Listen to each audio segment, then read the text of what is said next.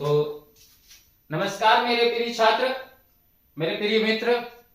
आज हम लोग पढ़ेंगे क्लास 10 का गणित। क्लास 10 का गणित और चैप्टर 4 पढ़ेंगे। बहुत ही इंपॉर्टेंट चैप्टर है और इस चैप्टर में जो समीकरण है, अगर उससे आप सीख जाते हैं तो क्लास 10 में अप्रोक्सीमेट 6 से 8 नंबर तक आपके कंप्लीट है, क्योंकि इसका बहुत सारा यूज भी है, हमारे डेली लाइफ में भी यूज है। और अगर आप इसे जानना चाहते हैं तो बने रहिए। इस चैप्टर को आगे हम लोग पढ़ेंगे, एकदम एक ही क्लास में सब कुछ खत्म करने का प्रयास करेंगे। हाँ, थोड़ा सा लंबा रहेगा, लेकिन सब चीज अच्छे से एकदम आसानी पूर्वक खत्म करने का प्रयास करेंगे। चैप्टर का नाम है द्विघात समीकरण, क्वाड्रेटिक इक्वेशन। ठीक है, एनसीईआरटी के सारे प्रश्न, इंपॉर्टेंट क्वेश्चन और सबसे आसान तरीका से आपको बताया जाएगा।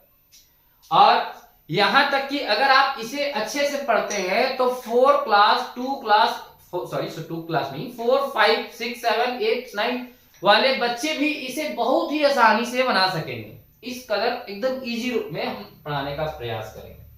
आसान भाषा में हम लोग पढ़ेंगे, इंपॉर्टेंट क्वेश्चन भी पढ़ेंगे, एनसीईआरटी के सारे क्वेश्चन आंसर पढ़ेंगे, पूरा चैप्टर एक ही क्लास में कंप्लीट करने का प्रयास भी करेंगे। ठीक है, और ये लाइव अभी तो नहीं, 24 घंटा के बाद मेरा दिया हुआ है कि 24 घंटा के बाद ही आप लाइव आ सकते हैं। तो आज ये लाइव वाला तो गलत हो गया, लेकिन कोई दिक्कत नहीं है, अगले दिन से हम लाइव रहेंगे। 24 घंटा का टाइम दिया हुआ है, तो अगले दिन से हम लाइव रहेंगे, उसके लिए आप निश्चिंत रहें। अब हम आते हैं नेक्स्ट में, और बिना लेट किए हुए आपके साथ बढ़ते हैं। अगर रिजल्ट लेकर के आना है ना, तो बस जब तक एग्जाम नहीं होता है तब तक आप हमें समय दो। सारे सब्जेक्ट 100% संपूर्ण कवर करेंगे, आप बस इस पर फोकस करो। चलिए, आज हम लोग पढ़ते हैं, गणित पढ़ेंगे और द्विघात समीकरण पढ़ेंगे बहुत ही अच्छे तरीके से, जिसको इंग्लिश में हम लोग क्वाड्रेटिक इक्वेशन कहते हैं। और इसका पूरा नोट्स मिलेगा टेलीग्राम चैनल पर भी, आप सर्च कीजिएगा प्रशांत कुमार साहा पीकेएस, तो आपको मिल जाएगा। ठीक है, हम लोग आगे बढ़ते हैं। कक्षा 10 का गणित है, जैक एनसीईआरटी का किताब से पढ़ेंगे।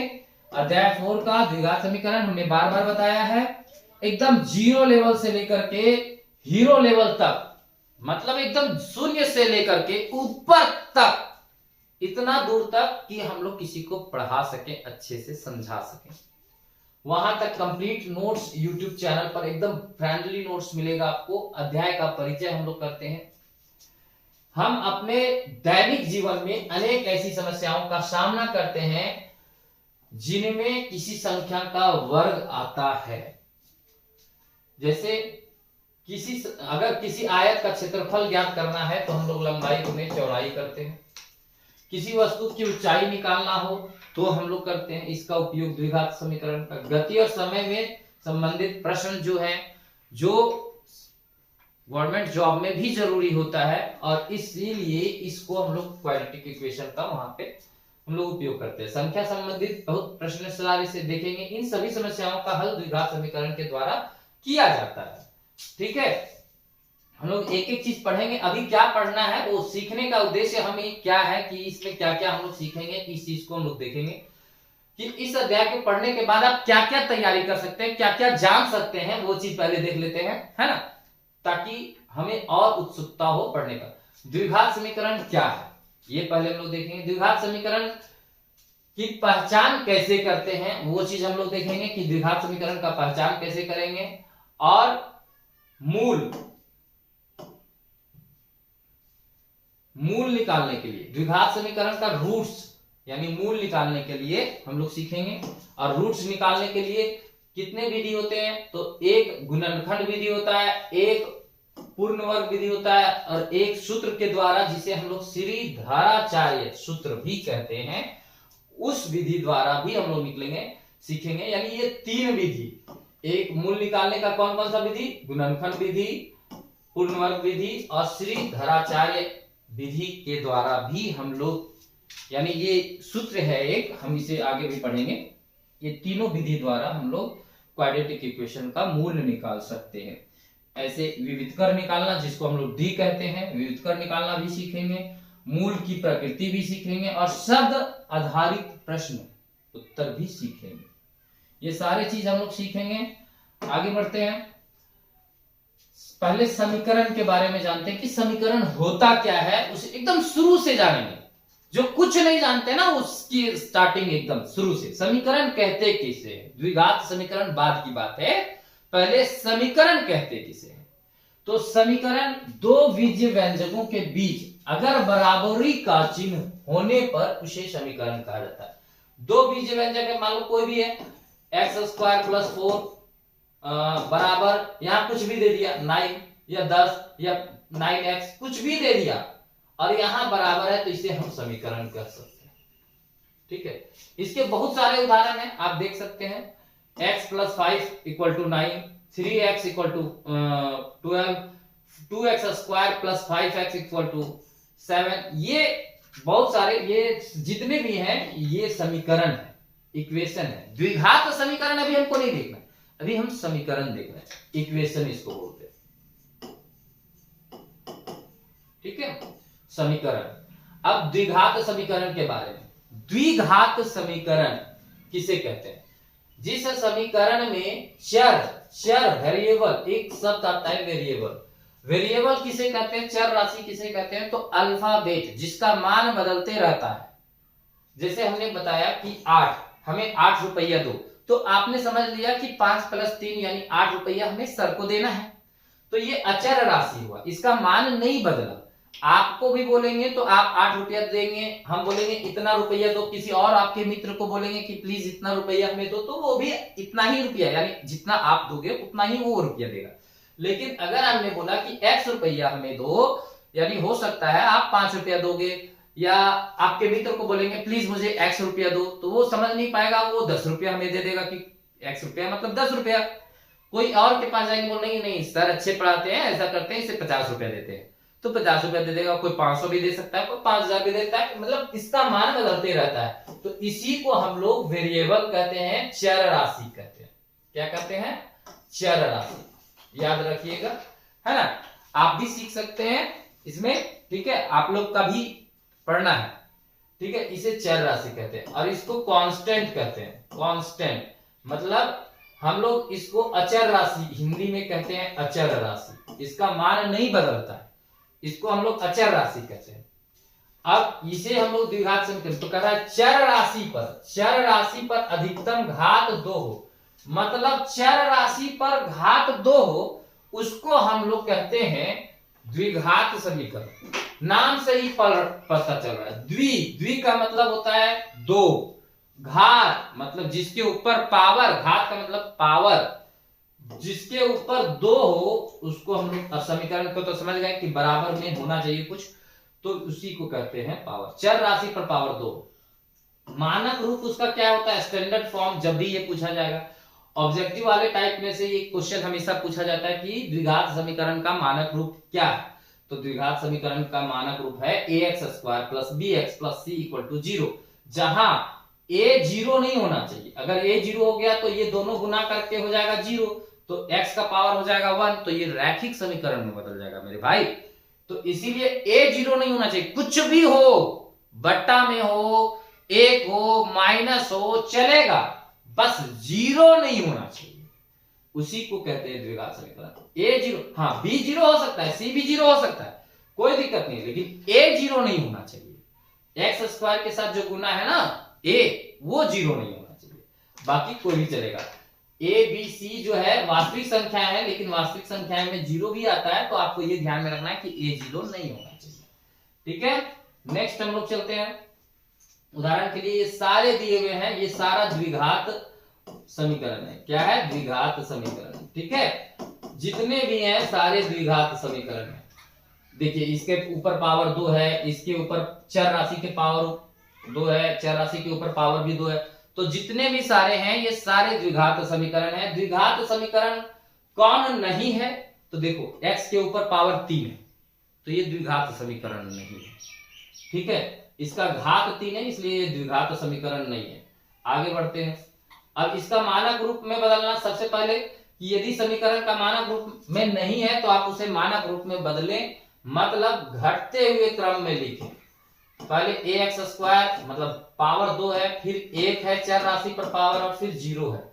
इस मानक रूप में आप इसको पहले बदलें, तभी आपका द्विघात समीकरण हम लोग बना सकते हैं आगे इजी रूप में। याद रखिएगा, जब भी बनाना है तो द्विघात समीकरण को पहले मानक रूप में बदले हल करके, ठीक है। अब उदाहरण के लिए ऐसा दे दिया, बोल दिया कि क्या ये द्विघात समीकरण है, तो आप ये समझें कि ये तो पावर 1 है, ये भी पावर 1 है, तो द्विघात समीकरण तो हुआ नहीं। सर बोले थे द्विघात समीकरण में चर राशि पर पावर 2 रहेगा, गलत। इसको आप पहले सॉल्व कीजिए, x और x को गुना करेंगे तो क्या हो जाएगा, x स्क्वायर हो जाएगा। ये x दोनों में गुना है, इसमें भी गुना है और ये जो है इसमें भी गुना है, तो प्लस 3x और बराबर 10। अब हो गया ना द्विघात समीकरण, चूंकि चर राशि पर पावर है मेरा 2, इसमें तो ऑलरेडी 2 है तो ये द्विघात समीकरण है, ये भी ऑलरेडी 2 है तो ये भी द्विघात समीकरण है, ठीक है। अब यहां समझ में आया कि पहले हमको सॉल्व करना है, ये ही इसी को सॉल्व करके बताया गया। देखो यहाँ पे यहाँ पे यहाँ पे ये वाला, तो इसको हम लोग इस रूप में भी, जहां पे घात 2 उसी कहते हैं द्विघात समीकरण, ठीक है। तो ये हो गया मेरा द्विघात समीकरण। क्यों? क्योंकि इसको हम लोग इस रूप में तोड़ सकते हैं। मानक रूप में लिखने के लिए जब भी बोला जाए तो आप इसे इस रूप में तोड़ सकते हैं, ठीक है। समीकरण बनाना है, आगे बढ़ते हैं। द्विघात समीकरण के मूल कैसे निकालेंगे, किसको कहते हैं मूल, किसको कहते हैं? द्विघात समीकरण का मूल हम लोग समझ लो, मान लो ऐसे दे दिए, अब x के यहां बराबर 0 दिए, या कुछ भी दे सकते हैं, बराबर के बाद कुछ भी दे सकते हैं हम, वो समीकरण पर डिपेंड करता है, लेकिन अभी मैंने 0 दिया। तो x के स्थान पर हम जो भी अंक बैठाएंगे और सॉल्व करने पर मेरे बराबर के इधर वाला आ जाए तो वह उसका मूल कहलाता है, ठीक है। इसके बारे में भी पढ़ेंगे, आगे बढ़ते हैं। जैसे जिन मानों के लिए समीकरण सत्य हो जाए उन्हें उनके मूल कहते हैं। मान लो यहां पे दिया हुआ है x square minus 5x plus 6 equal to 0। हम x के स्थान पर क्या बैठाएंगे जो सॉल्व करने पर 0 आए, तो x के स्थान पर हम 2 बैठा के देखते हैं। तो 2 बैठाएंगे अगर, तो 2 का स्क्वायर माइनस 5 गुने 2 प्लस 6 इक्वल टू 0 आएगा कि नहीं आएगा? तो 2 दूनी 4 माइनस 10 प्लस 6 इक्वल टू 0 आना चाहिए। अगर बराबर आ गया तो 2 मेरा मूल है। 6 4 10 में से 10 जाएगा यानी 0 आ गया। तो इसका मतलब है कि 0 बराबर 0, मतलब मेरा x बराबर आया 2 और ये x बराबर 2 जो है इस समीकरण का मूल 2 है। इस समीकरण का मूल 2 है। याद रखिएगा जितना घात उतना मूल। अगर इसमें 2 घात है तो इसके 2 मूल होंगे। तो पहला तो हमें पता चल गया कि 2 है और दूसरा 3 है। आप 3 भी बैठा के देखिएगा ना तो आपका 0 आएगा। कैसे आएगा? 3 का स्क्वायर माइनस 5 गुने 3 प्लस 6 यानी 9 माइनस 15 प्लस 6 और 9 6 15, 15 में 15 चला जाएगा तो 0 होगा ना। तो समझ में आ गया। इसी तरह से इसका मूल ज्ञात करने, मतलब x के स्थान पे मूल अभी ज्ञात नहीं किए, अब बताएं कि मूल होता क्या है। ठीक है, द्विघात समीकरण के हल करने की विधि कितनी होती है? तो हमने बताया 3 विधि। सबसे पहला गुणनफल विधि, दूसरा पहला तो गुणनफल विधि बताए थे और दूसरा पूर्णवर्ग विधि और तीसरा श्रीधराचार्य विधि। ये 3 गुणनफल विधि को इंग्लिश में हम लोग फैक्टराइजेशन मेथड कहते हैं और इसको हम लोग किस तरह से हल करते हैं वो बताएंगे। ठीक है, और इजी रूप में बताएंगे। समझने का प्रयास कीजिएगा, नहीं समझ में आएगा कमेंट सेक्शन में हमें बताइएगा जरूर। समीकरण को सबसे पहले क्या करना है? मानक रूप में लिखना है। हम स्टेप बाय स्टेप आपको कवर कर रहे हैं ताकि आप स्टेप गड़बड़ाएंगे। बस ये 5 स्टेप आप याद रखें, आपको समझ में आ जाएगा। पहले समीकरण को मानक रूप में लिखे। ऐसी 2 संख्याएं खोजें जिसका गुणनफल, मान लो मानक रूप मेरा ये है, सपोज करो मेरा मानक रूप ax² plus bx plus c, यही ना है मानक रूप। तो ऐसी 2 संख्याएं खोजे जिनका गुणनफल ac हो, मतलब यहां वाला और यहां वाला गुना करने पर आए और उसका योग b हो, जोड़ने पर ये वाला आए। मध्य पद को तोड़ना है, इस b को तोड़ना है 2 पदों में, इस b को हम लोग तोड़ना है 2 पदों में, और जिसको मान लो हम जोड़ दिए d और e, और d और e को जोड़ने के बाद आ जाता है b, लेकिन यहाँ x है तो इसमें भी x देंगे और इसमें भी x देंगे। लेकिन हाँ डी और ई को दोनों को गुना करने पर ए और सी के बराबर आएगा। अब गुणनखंड बनाए और प्रत्येक गुणनखंड को शून्य के बराबर रखें। अब हम बताएंगे प्रत्येक गुणनखंड, जब गुणनखंड बनाएंगे तो ये ब्रैकेट में आएगा और प्रत्येक गुणन एक बार इसको जीरो करेंगे, एक बार इसको जीरो करेंगे। ठीक है, अभी हम लोग आगे भी सीखेंगे, घबराए नहीं। उदाहरण के लिए एक हम लोग देखे भी हैं और इसका हम लोग एग्जाम्पल भी लिए थे। सबसे पहले देखिए कि x square plus 5x, x square plus 5x plus 6, वहां पे नहीं ध्यान दें, यहां पे ध्यान दें। अब इसके आगे क्या है, इसके आगे है एक, कुछ नहीं है तो क्या है, एक है। अब 1 और 6 को गुना करेंगे तो 6 आ गया। कितना आ गया, तो 6 को देखो, एक और यहां है 1 और यहां है मेरा 6, ये दोनों को आपस में गुना करना है। पहला स्टेप यही करना है, पहला फर्स्ट स्टेप। अब गुना किए तो आ गया 6 और 6 आने के बाद हमको दो संख्याओं में तोड़ना है, दो संख्या जिसको गुना करने पर 6 आए तो एक का पहाड़ा में आता है 1 गुने 6 और 6 किस में आता है 2 गुने 3 और किस में आता है 3 का पहाड़ा में आता है, लेकिन 3 का तो हमने लिख दिया 3 गुने 2। 6 का पहाड़ा में भी आता है लेकिन 6 गुने 1 लिख दिया। जब रिपीट करने लगे तो आप समझना है कि बस नहीं, अब नहीं होगा। अब ये दो संख्याओं का, इधर वाला का नहीं, इधर वाला नहीं, इधर वाले दो संख्याओं का, यहां पे समझिए इस एक्स स्क्वायर मैंने यहां पे लिखा और लास्ट में मैं 6 यहां लिख दिया बराबर 0, यहां तक मैंने लिख दिया, यहां तक कोई प्रॉब्लम नहीं होना चाहिए। अब बात रहा यहां प्लस है, यहां पे गौर से देखना है कि इस जगह पे चिन्ह मेरा प्लस है, मतलब दो संख्याओं को जो ये आया है, दो संख्याओं को उसको जोड़ने पर हमको 5 प्राप्त होना चाहिए ही चाहिए, तभी हम इस समीकरण का हल निकाल पाएंगे। यहां जो चिन्ह रहेगा वही काम करना है, अचर राशि के आगे जो चिन्ह रहेगा वही काम करना है। शॉर्ट ट्रिक समझ लीजिए। तो जोड़ना है तो 6 में से 1 जोड़ेंगे तो 7 हो जाता है, पॉसिबल ही नहीं है। तो 3 में से ये पॉसिबल नहीं, खत्म कर दिए। अब 2 और 3 को जोड़ेंगे 5 आ जाएगा। हाँ, तो इसी को लिखना है। तो 2x और 3x जोड़ दिए, ठीक है। आप समझिए, अब ये दो पद में मध्य पद को हमने 2 भाग में तोड़ा। देखो, इसको मैंने यहां उतारा, इसको मैंने 2 भाग में तोड़ा, इसको मैंने यहां उतारा। अब ये दो पद जो है इसमें कॉमन लेना है कि क्या कॉमन मिल रहा है। तो x कॉमन मिल रहा है, तो x कॉमन मिल रहा है तो x प्लस 2 प्लस 3 मिल रहा है, तो फिर x प्लस 2 बराबर 0। यहां तक कोई दिक्कत नहीं होनी चाहिए आपको। अब ये दोनों मिल रहा है तो x प्लस 2 और इसके बाहर जो मिल रहा है उसको लिख दिए एक बार। इसके बाहर हो गया x और इसके बाहर हो गया मेरा 3। अब ये गुणनखंड तो हो गया, लेकिन हमको मूल ज्ञात करना है। तो एक बात, चूंकि दोनों संख्याओं का कब गुणनफल 0 होता है, ये गुणा में है, तो दोनों संख्याओं का गुणनफल तभी 0 होता है मेरे भाई, जब पहली संख्या 0 हो या दूसरी संख्या 0 हो या दोनों संख्या 0 हो। तो चलो हमने इसको 0 कर दिया, तो x बराबर क्या हो जाएगा -2। अब अगर हम ये 0 नहीं रहा, ये 0 हुआ तो x बराबर क्या हो जाएगा -3, और यही इसके मूल हो गए -2 और -3। अगर आप इसको -2 बैठा करके x की जगह पे देखिएगा ना तो 0 आएगा, -3 भी बैठा के देखिएगा ना तो 0 आएगा।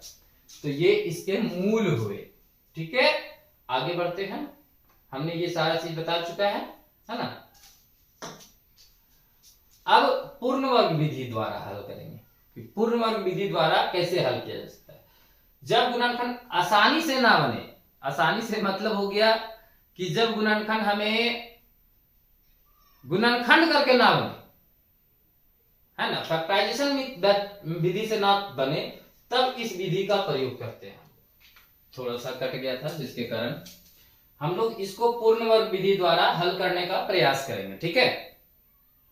जैसे x square plus 6x minus 7, और इसको पूर्ण वर्ग विधि द्वारा अगर हल कर लेंगे ना, आप समझ गए ना।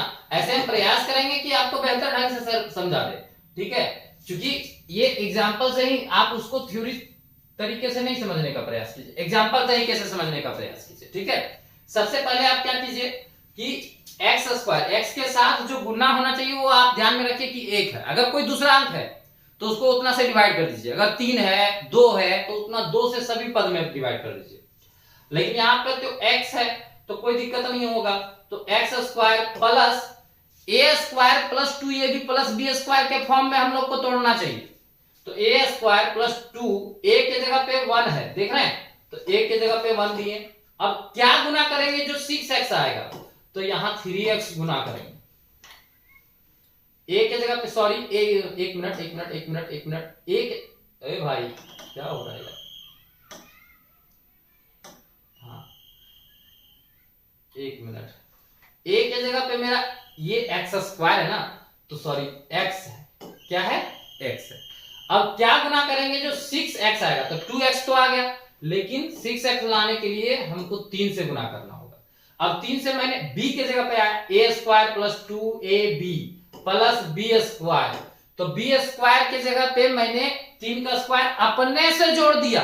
क्वेश्चन में तो था ही नहीं, क्वेश्चन में कहीं है नहीं है, तो 3 का स्क्वायर अगर अपने से जोड़ दिया तो 3 का स्क्वायर अपने से घटा भी देंगे, तो इसका वैल्यू हो जाएगा 0, इसका वैल्यू हो जाएगा 0 और 0 हो जाएगा। अब ये वाला बच गया, इसका इसके बदले में इसको, इसके बदले में इसको, ये तो अपने से जोड़ा था आपने घटा दिया, और ये इसके बदले में इसको। अब ये हो गया काम तमाम।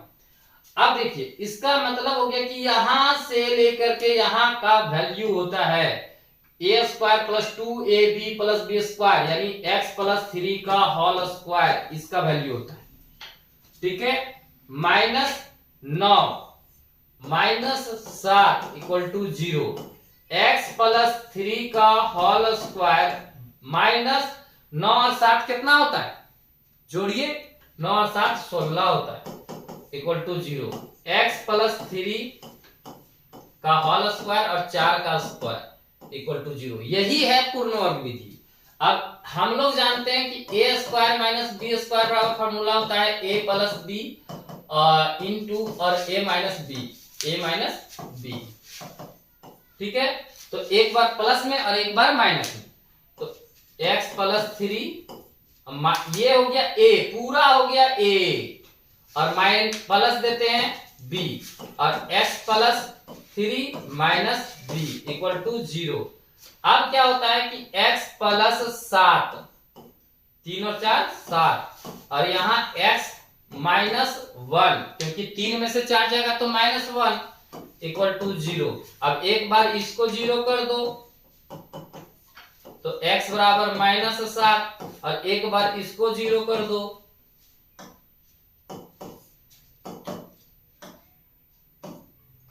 तो x बराबर 1। ये इसके शून्यक निकल गए, है ना दोस्त। आप लोग समझ गए होंगे, नहीं समझे होंगे तो हमको बताइएगा कमेंट में। सेम वही चीज है, इसी को पूर्ण वर्ग विधि कहते हैं, ठीक है। आगे बढ़ते हैं। थोड़ा सा माइक डिस्चार्ज हो गया था और इसीलिए मुझे बिना माइक का उपयोग किए हुए डायरेक्ट मोबाइल से यूज करके आपके लिए वीडियो बनाना है, क्योंकि मैंने बोला था बहुत सारे स्टूडेंट को कल, उन स्टूडेंट से, उन प्यारे भाई बहन से मैं माफी चाहता हूं कि मैंने बोला था कि 7 बजे रात को लाइव आऊंगा। मैंने लाइव आने का प्रयास किया, लेकिन पता चला कि पीडीएफ फाइल अभी तक मेरा नोट्स का तैयार नहीं हुआ है, मैंने जिसको बोला था। तो बोला सर हम कल सवेरे दे पाएंगे। हमने बोला कल सवेरे 7 बजे मैं लाइव आऊंगा। बहुत सारे स्टूडेंट हमारे फोन भी कर रहे हैं कि सर प्लीज लाइव आइए, लेकिन जब मैंने लाइव आने का प्रयास किया तब बोल दिया कि नहीं, यूट्यूब बोल दिया कि नहीं अभी 24 घंटा तुम वेट करो, 24 घंटा तुमको और तड़पाएंगे तुम्हारे भाई बहन से मिलने के लिए। तो कोई दिक्कत नहीं भाई, तड़पेंगे, लेकिन हाँ 24 घंटा के बाद फिर से डेली एकदम जारी रहेगा जोश जुनून के साथ, और देखते हैं कौन रोक पाएगा, है ना। अब हम लोग श्रीधराचार्य सूत्र के द्वारा मूल निकालें। जब गुणनखंड ना बने तब सबसे उपयोगी विधि है, सबसे आसान तरीका, सबसे उपयोगी विधि एकदम डी निकाल दो। और डी निकालने का फॉर्मूला होता है, डी का मतलब विविध कर निकालेंगे, और उसका फॉर्मूला होता है बी स्क्वायर माइनस 4ac। ये सिंपल सी बात है। और इसी का फॉर्मूला होता है x बराबर -b plus minus under root D. अब इस डी के जगह पे आप उस सूत्र को भी उठा के यहां पटक सकते हो, और बटा 2a, ये सूत्र होता है, ये a है, 9 नहीं समझ लेना है, ये a है, ठीक है, ये सूत्र होता है। और इसी सूत्र को कहते हैं श्रीधराचार्य सूत्र, धराचार्य सूत्र। है ना। यह सूत्र प्रत्येक द्विघात समीकरण पर लागू हो जाता है, ये सभी के लिए है, ऑल इन वन, एकदम मास्टरपीस, हीरो सूत्र, है ना, समझ लो। अब जैसे कि उदाहरण है 2x² प्लस 5x माइनस 3, समझिए इसको हमको निकालना है। अब इसको निकालने के लिए सिर्फ हम लोग उपयोग कर रहे हैं, हम लोग उपयोग तो गुणनखंड विधि द्वारा भी कर सकते हैं और पूर्ण वर्ग विधि द्वारा भी उपयोग कर सकते हैं, लेकिन ये एक ऐसा श्रीधराचार्य सूत्र से उपयोग करके हम लोग बनाएंगे। ये एक ऐसा सूत्र है कि सारे चीज जितने भी द्विघात समीकरण हैं बन जाएंगे आसानी से। तो चलिए आगे बढ़ते हैं और देखते हैं। तो a मेरा पहले देखते हैं, a मेरा कितना है 2 है, b मेरा कितना है भाई, a इसको कहते हैं भाई, b इसको कहते हैं और c मेरा -3 है। अब हमें निकालना होगा b निकालना होगा, तो d का फॉर्मूला क्या होता है, b² - 4ac, और b बराबर क्या है 5 का स्क्वायर है -4, और a बराबर 2 और c बराबर -3, है ना। मैंने सिर्फ फॉर्मूला पर बैठाया है। 25 माइनस 4 दूनी 8, 8 तिया 24, माइनस माइनस यहाँ हो गया प्लस 24, और इसको हो गया 49, ये हो गया 49 मेरा डी। लेकिन क्या ये आंसर है, नहीं, बिल्कुल गलत। अब ये इतना निकालने के बाद x का फॉर्मूला लगाएंगे -b प्लस माइनस √d बटा 2a, ये फॉर्मूला है, ठीक है। अब ये फॉर्मूला है, अब हम लोग यहां पे ध्यान से समझेंगे, b कितना है, तो b मेरा 5 है, और प्लस माइनस, एक बार प्लस लेंगे और एक बार माइनस लेंगे, √ और d मेरा कितना आया 49 आया, और बटा 2, और a मेरा कितना आया, तो 2 आया। तो देखो -5 और प्लस माइनस √49 का वैल्यू होता है 7 बटा 2, यानी 2a को हम लोग डायरेक्ट लिख सकते हैं ना 4, ये गुना करके। अब एक बार जोड़ना और एक बार घटाना है, बस यही काम करना है। तो -5 प्लस 7 बटा 4, और एक बार क्या करना -5, अब यहां प्लस दिए थे ना, एक बार माइनस कर देंगे, और 4। अब इसको समझने का प्रयास कीजिए, ये हो जाएगा 2 बटा 4, और ये हो जाएगा -12 बटा 4। अब ये काटेंगे तो हो जाएगा 1 बटा 2 आंसर, और ये काटेंगे तो हो जाएगा -3 आंसर। ये x का मूल निकला, ठीक है, ये x का मेरा मूल निकला, समझ में आ रहा है। तो यही होता है श्रीधराचार्य सूत्र, मूल की प्रकृति भी इससे हम लोग ज्ञात करते हैं। आगे बढ़ते हैं, विविध कर, बहुत सारे चीज इसमें आपको हटा दिया गया है, जैसे कि पूर्ण वर्ग विधि नहीं निकालना है, पूर्ण वर्ग विधि तो आपको नहीं पढ़ना है, अबर नया वाला बुक में, ठीक है, 2026 में। उसके बाद श्रीधराचार्य वाला सूत्र भी बहुत कम, मतलब नाम मात्र का पढ़ लो, काफी है, पढ़ना भी नहीं है, ठीक है। क्वाड्रेटिक इक्वेशन जिसके हम लोग बोले थे विविध कर निकालना है, तो विविध कर कहते हैं, ये इसी सूत्र के द्वारा निकालना है, ठीक है, इसी सूत्र के द्वारा। लेकिन अगर विविधकर का मान मतलब d का मान अगर बड़ा हो, d का मान बड़ा आए 0 से, यानी क्या आए, प्लस में आए, d का मान 0 से बड़ा आए मतलब क्या, प्लस में आए, +1 +2 +3 +4 +5, ठीक है। तो अलग अलग वास्तविक मूल हो सकते हैं, मूल निकलेगा लेकिन अलग अलग निकलेगा। अगर 2 आया तो 3 भी आएगा, लेकिन वास्तविक मूल आएगा। -3 भी आ सकता है और 2 भी आ सकता है, कुछ भी आ सकता है, लेकिन वास्तविक मूल आएगा, मतलब आएगा, निकलेगा, प्लस में रहेगा तो, ठीक है। लेकिन अगर d का मान 0 के बराबर रहे तो इसका मूल बराबर रहेगा और वास्तविक रहेगा, समान भी रहेगा और वास्तविक रहेगा।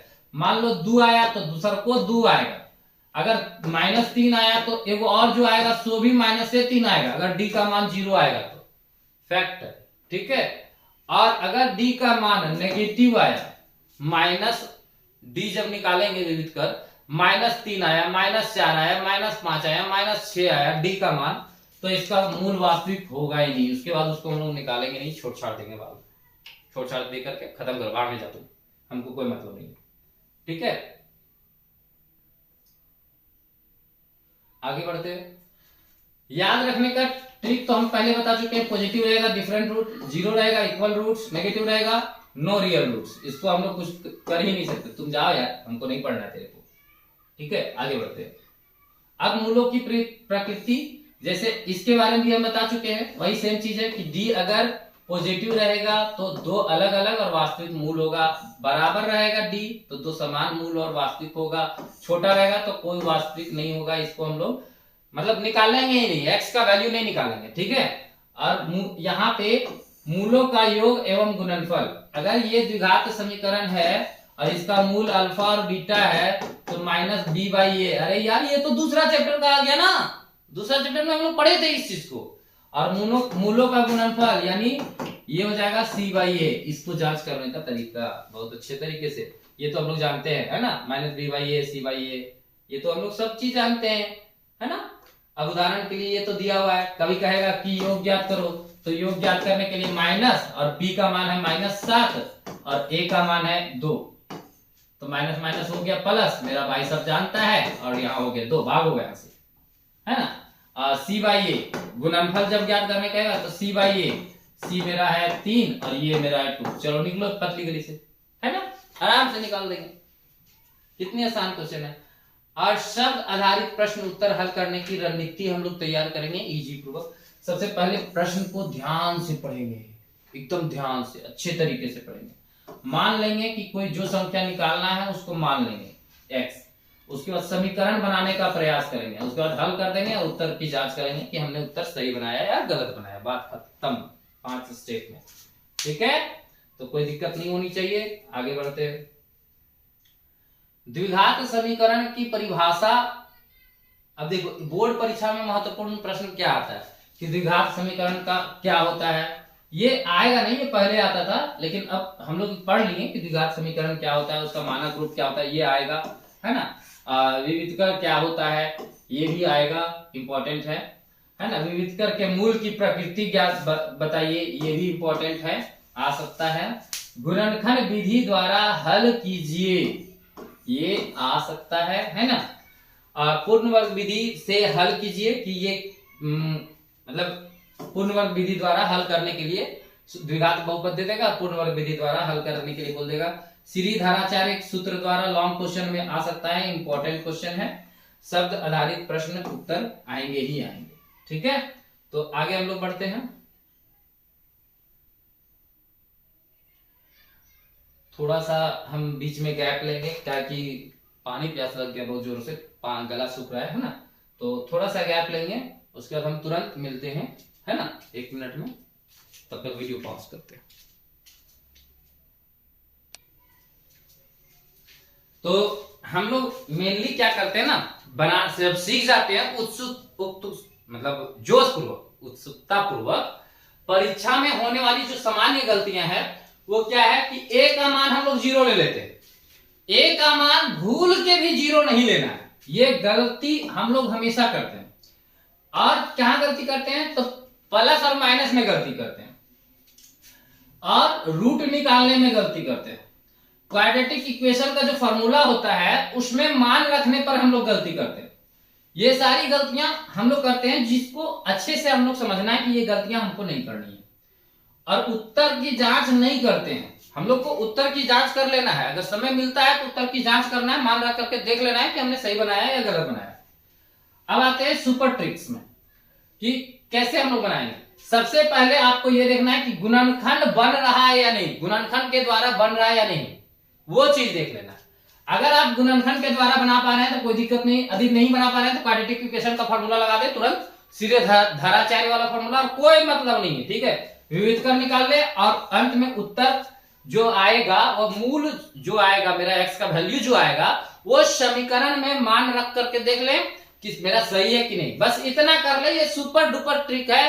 पहला क्या करना है, हमको देखना है कि गुणनखंड तरीका से बन रहा है कि नहीं, गुना करने पर आ रहा है या नहीं।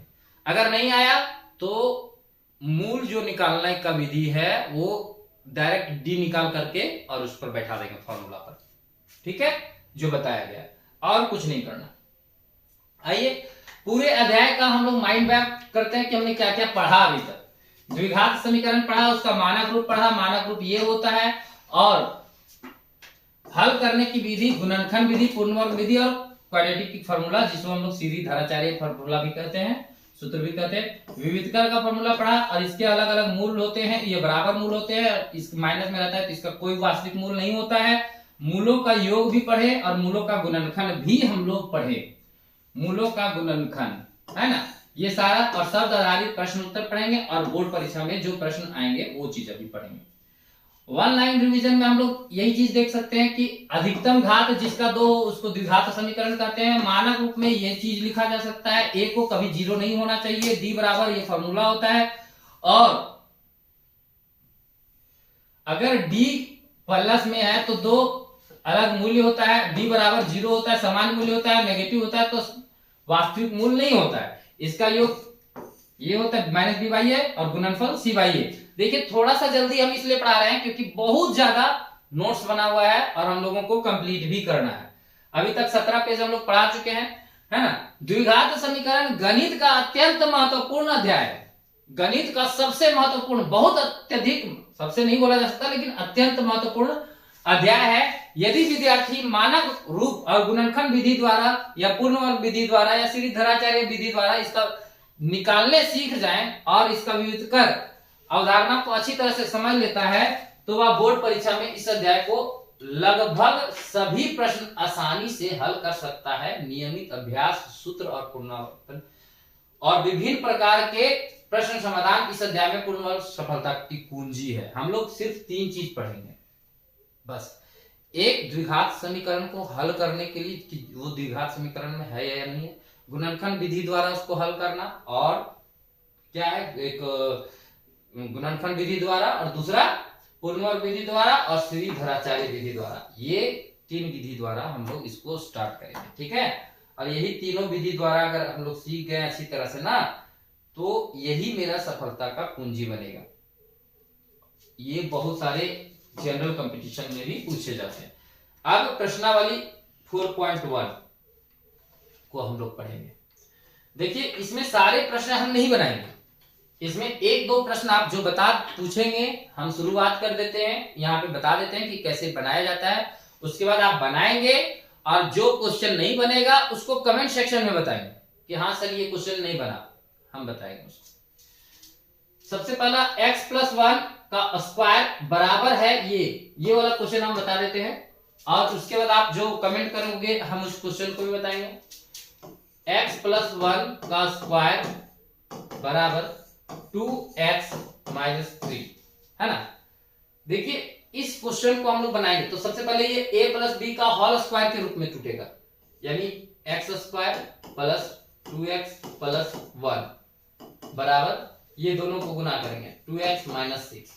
पहले सिंपल रूप में हम लोग लिखेंगे, ध्यान से समझिएगा, ये बहुत सारी चीजों में है, ठीक है। ये नवोदय नेत्रहाट वगैरह में भी है और इसको पढ़ना अनिवार्य भी है द्विघात समीकरण। और ये प्लस में है और ये बराबर की इधर भी प्लस में, तो ये खत्म हो गया। तो x² + 1 और इधर आएगा सब चीज को एक तरफ बराबर एक तरफ 0, तो यहाँ क्या हो गया x² + 7 = 0। अब इसका घात चर राशि पर घात कितना हो गया 2 हो गया, तो इसका मतलब है कि यह द्विघात समीकरण में है। इसका मतलब क्या हो गया कि द्विघात समीकरण में है। और यही चीज हमें पूछ रहा था कि जांच कीजिए कि क्या निम्न में द्विघात समीकरण है, निम्न द्विघात समीकरण में है या नहीं है। तो ये द्विघात समीकरण में है, इसका जांच हम लोग ये करके दिखा दें। पहले सॉल्व करना है सरल रूप में।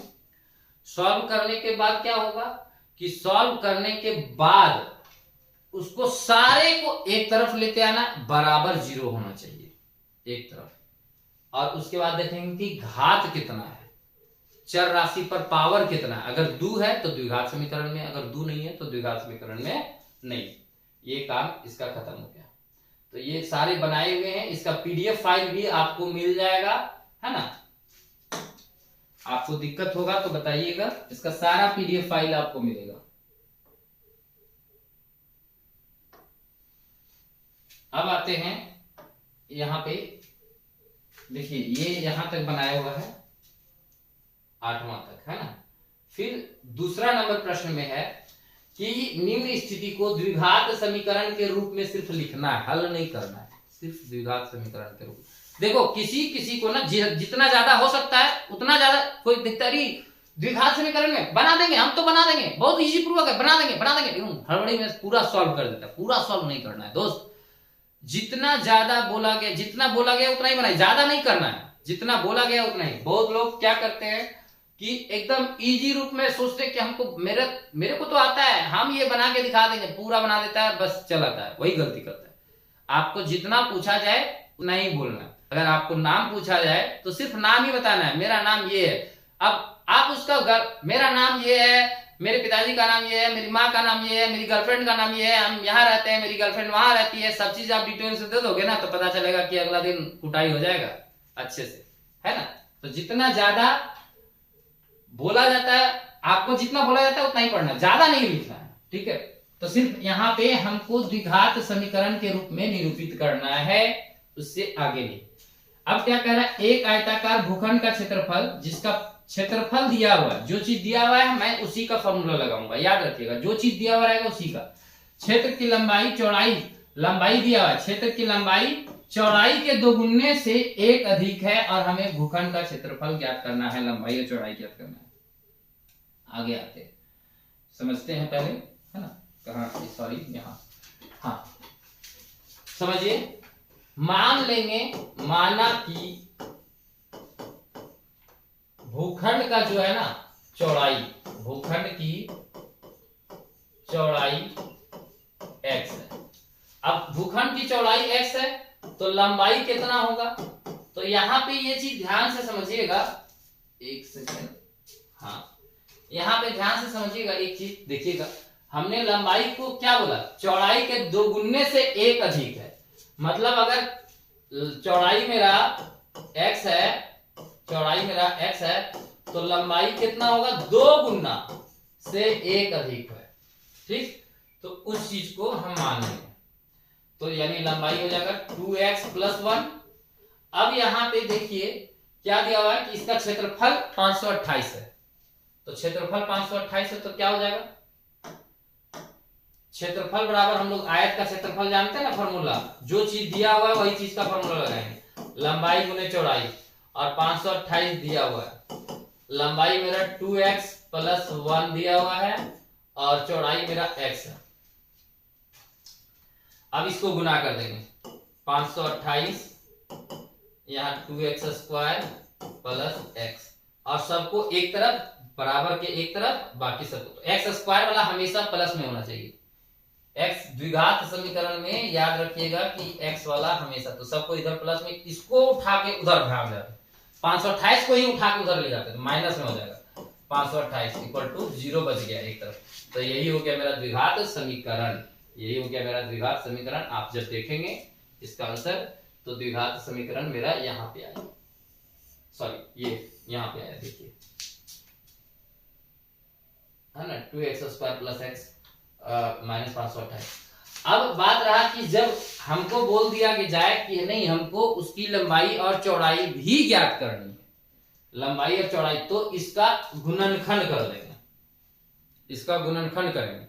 अब गुणनखंड कैसे करेंगे, तो गुणनखंड करने के लिए हम बताए थे ना कि 528 को 2 से गुना करेंगे, क्यों, क्योंकि ये वाला अचर राशि और x का गुना 2 से गुना करेंगे, तो कितना हो जाएगा 1056, कितना हो जाएगा 28 दूनी 56 है, 5 दूनी 10, 1056 हो जाएगा। और यही इसी को हम लोग देखेंगे कि 1056 को 2 भागों में तोड़ना है, लेकिन यहाँ पे इसको अच्छे तरीके से हम समझाने का प्रयास करेंगे और आप समझने का प्रयास करोगे। x² 2x² + x - 528, ये जरूरी है समझना, मैंने इसीलिए इसको बनाया। आप इसको नहीं समझोगे तो कभी नहीं समझ पाओगे। पहले क्या करो, 1056 का अभाज्य गुणनखंड करो, 2 से भागा दो, 5 दूनी 10, 28 दूनी 56, फिर 2 से भागा दो, 2 दूनी 4, 6 दूनी 12, फिर 2 से भागा दो, 13 दूनी 26, फिर 2 से भागा दो, 6 दूनी 12, 6 दूनी 12, फिर 2 से भागा दो, 3 दूनी 6, 3 दूनी 6, फिर 3 से भागा दो, 11 दूनी। अब यहाँ पे समझो, 11 से भागा। हम क्या बोले थे पहले, शुरू वाला जब भी गुणनखंड विधि का अप्लाई करना हो तो शुरू वाला और लास्ट वाला लिख देते हैं। पहला स्टेप लिख देते हैं, शुरू वाला और लास्ट वाला लिख देते हैं। यहां माइनस है तो ये माइनस है तो हमको ये ध्यान में रखना है कि घटा करके हमको +1 लाना है दो संख्याओं का। 11 तिया 33। अब देखो 2 दूनी 4, 4 दूनी 8, 8 दूनी 16, 16 दूनी 32। 33 में 32 घटा देंगे तो 1 आ रहा है। तो यहां +33x -32x ये हो गया। अब ये दोनों में कॉमन सिर्फ और सिर्फ x मिल रहा है तो क्या हो जाएगा, 2x निकल गया। ये x निकाल चुके हैं तो क्या हो जाएगा, 33 हो जाएगा। अब इसमें से देखिए कि क्या मिल रहा है, कौन सा पहाड़ा मैक्सिमम पहाड़ा जो दोनों को काट सके। तो दोनों को काट रहा है, पहले माइनस काट रहा है फिर 16 काट रहा है। 16 काट रहा है तो 16 दूनी 32। 16 से भागा देंगे तो ये प्लस में आ जाएगा क्योंकि माइनस निकाल चुके हैं, और 16 से भागा देंगे तो 33 बार में जाएगा =0। अब ये और ये मिल रहा है मेरा, तो इसके बदले में मैं a को लिखूंगा। इसके बाहर x है, देख रहे हैं इसके बाहर x है तो यहाँ x लिखेंगे, लेकिन इसके बाहर -16 है तो -16 लिखेंगे =0।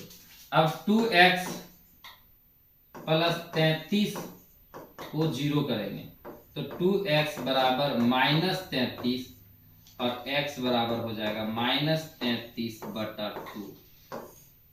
और एक चीज और भी बताएंगे, -33/2 आया, x -16 = 0, देन x बराबर 16, उधर गया तो प्लस में, ठीक है। अब यहाँ पे ध्यान से समझिए, ये -33/16 33/2 नहीं संभव है। क्यों? क्योंकि किसी भी चीज का लंबाई माइनस में नहीं हो सकता। एक मक्खी की लंबाई भी जोड़ेंगे ना तो 0.00001 सेंटीमीटर होगा, लेकिन वह प्लस में होगा। माइनस में किसी की लंबाई नहीं होती है, इसीलिए यह संभव नहीं है, यह संभव नहीं है। इसका मतलब आंसर क्या हुआ, ये हुआ। तो हम लोग x का मान क्या माने थे, यानी चौड़ाई माने थे, तो चौड़ाई मेरा क्या आ गया x, और x मेरा 16 था, लेकिन लंबाई तो नहीं निकला। तो लंबाई हम लोग क्या माने थे, 2x + 1, यानी क्या 2 × 16 + 1, यानी क्या 16 दूनी 32 और 1 33, ये हो गया आंसर। तो एक तो ये मेरा 16 मीटर हो गया चौड़ाई और 33 मीटर हो गया लंबाई, ठीक है, ये हो गया। शायद एक क्लास में पूरा नहीं हो पाएगा, हम प्रयास करेंगे, एक नेक्स्ट पार्ट भी निकालेंगे। और उसके बाद ये वाला है, हम लोग क्वेश्चन जो है देखते हैं, ये दूसरा, दो क्रमागत धनात्मक पूर्णांकों का गुणनफल 306 है तो हमें पूर्णांक ज्ञात करना। क्रमागत पूर्णांक, क्रमागत पूर्णांक का मतलब हो गया लगातार। तो पहला माना कि पहला धनात्मक पूर्णांक x मान लिए और दूसरा धनात्मक पूर्णांक x + 1, यानी लगातार होना चाहिए। जैसे हम 2 माने, पहला 2 माने तो दूसरा क्या होगा 3, अगर पहला 5 माने तो दूसरा क्या होगा 6, मतलब एक अधिक होगा, है ना। तो उसी तरह से तो यहाँ, और दोनों का गुणनफल मतलब गुना करने पर 306 आता है। तो पहला पूर्णांक गुने दूसरा पूर्णांक बराबर 306। अब पहला पूर्णांक मेरा x है, दूसरा पूर्णांक x + 1 है, तो दोनों को गुना किए x और x + 1 को, तो 306 आया। इसको इसके साथ गुना किए तो x², इसको इसके साथ गुना किए तो x और 306। अब देखिए ये सभी को एक तरफ लेते आए तो ये आ गया। अब इसको हम लोग तोड़ेंगे,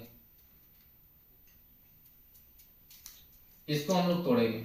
ये यहाँ पे ध्यान से समझिएगा, ये 2 नहीं है, ये गलत है थोड़ा सा, ठीक, इसको गलत कर दो, ठीक है।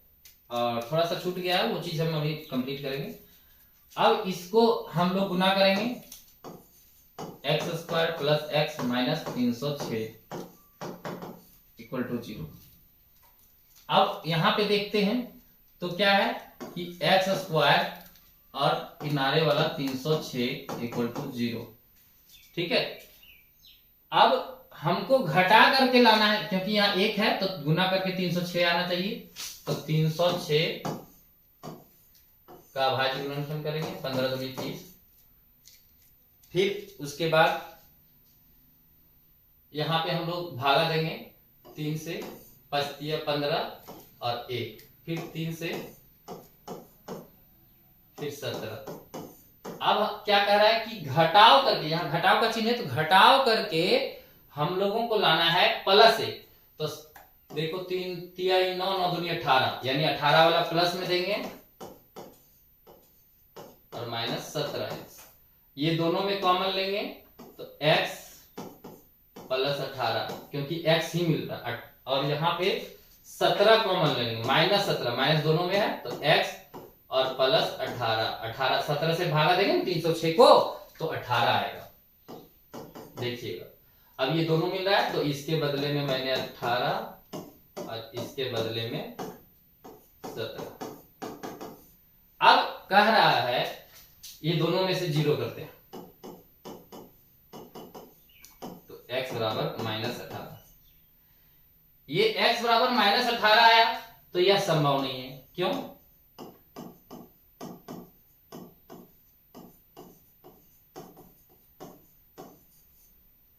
क्योंकि धनात्मक संख्या बोला गया तो यहां ऋणात्मक संख्या आ गया तो इसीलिए संभव नहीं। x माइनस 17 इक्वल टू 0 तो x बराबर 17 और ये धनात्मक संख्या तो ये आंसर हो गया पहला। और इसके बाद वाला पहला पूर्णांक 17 और इसके दूसरा पूर्णांक हो गया x प्लस 17 यानी 17 प्लस 1 यानी 18। ठीक है, तो ये आगे बढ़ते हैं और इसी तरह से आगे है एक और क्वेश्चन, तीसरा क्वेश्चन हम लोग आपको पढ़ लेते हैं यहाँ। हाँ, तीसरा प्रश्न आ जाओ। हाँ देखिए तीसरा प्रश्न, एक सेकेंड हम वेट कर।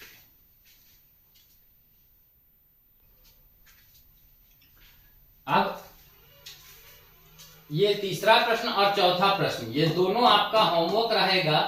आप इसको बनाने का प्रयास करेंगे और अगर नहीं बनेगा तो कमेंट सेक्शन में हमें बताएंगे कि सर नहीं बना, तो फिर हम अगले वीडियो में बनाएंगे।